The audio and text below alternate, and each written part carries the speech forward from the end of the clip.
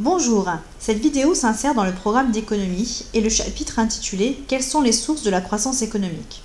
Plus particulièrement dans la première partie de ce chapitre consacrée à la pertinence du PIB comme indicateur. Après avoir vu l'intérêt du PIB, puis ses limites, nous abordons à présent dans ce grand C l'approche en termes d'IDH et la manière dont elle vient compléter celle en termes de PIB.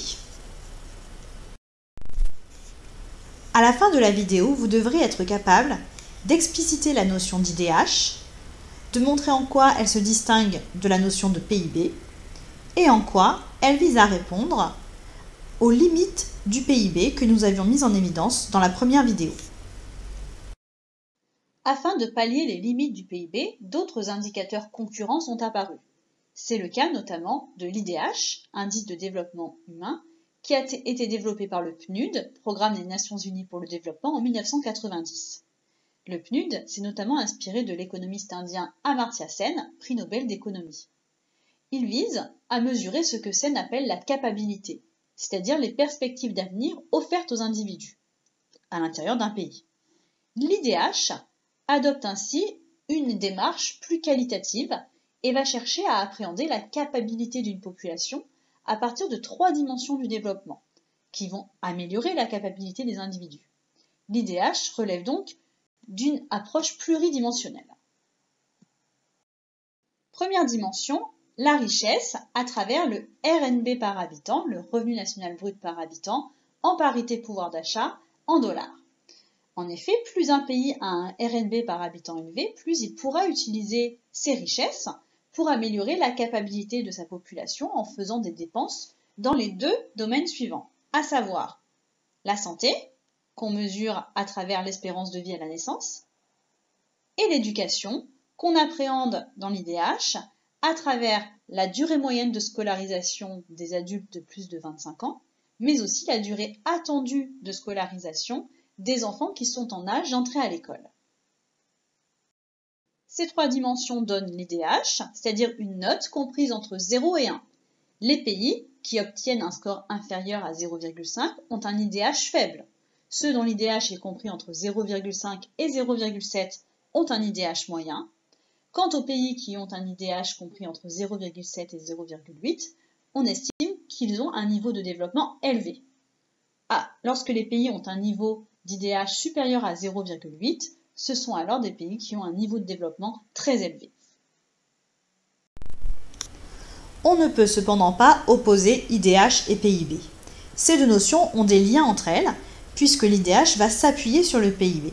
En effet, l'IDH comporte, tout comme le PIB, une dimension économique par la prise en compte du revenu national brut par habitant qui se rapproche de l'approche en termes de PIB.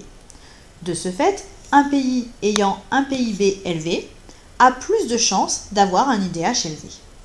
En effet, un PIB élevé a un impact positif sur la dimension économique de l'IDH et donc sur le calcul de l'IDH lui-même. Par ailleurs, il faut aussi bien voir qu'un PIB élevé aura un impact positif sur les autres dimensions de l'IDH, à savoir la santé et l'éducation. En effet, s'il dispose de davantage de richesses, un pays pourra faire des dépenses publiques pour permettre d'améliorer la santé et l'éducation, ce qui permettra d'améliorer donc la dimension santé, à savoir l'espérance de vie à la naissance, mais également la dimension éducation, en augmentant la durée moyenne de scolarisation et la durée attendue de scolarisation.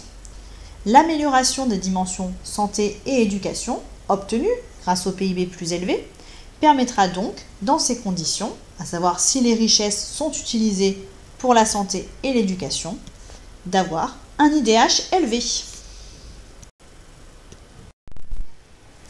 Cependant, IDH et PIB ne se confondent pas. Leur approche n'est pas la même, ce qui permet à l'IDH de donner des informations différentes de celles du PIB et de compléter ainsi l'indicateur qu'est le PIB.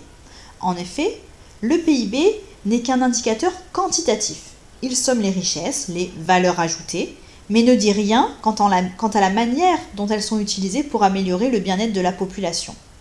Nous avions vu dans la vidéo précédente qu'il s'agissait d'une limite du PIB. L'IDH, en revanche, est un indicateur plus qualitatif, qui va davantage s'intéresser à la qualité de vie de la population et non seulement aux quantités de richesses dont dispose le pays.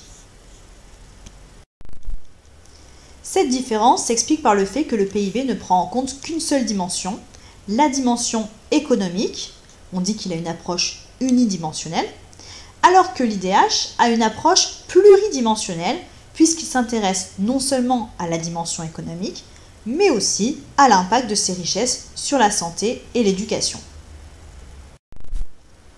De ce fait, un pays peut présenter un PIB ou un PIB par habitant élevé, mais un IDH faible dans les cas où les richesses du PIB ne sont pas utilisées pour améliorer la santé et l'éducation. On voit donc que l'IDH, dans ces cas-là, donne une meilleure information que le PIB sur le niveau de bien-être du pays.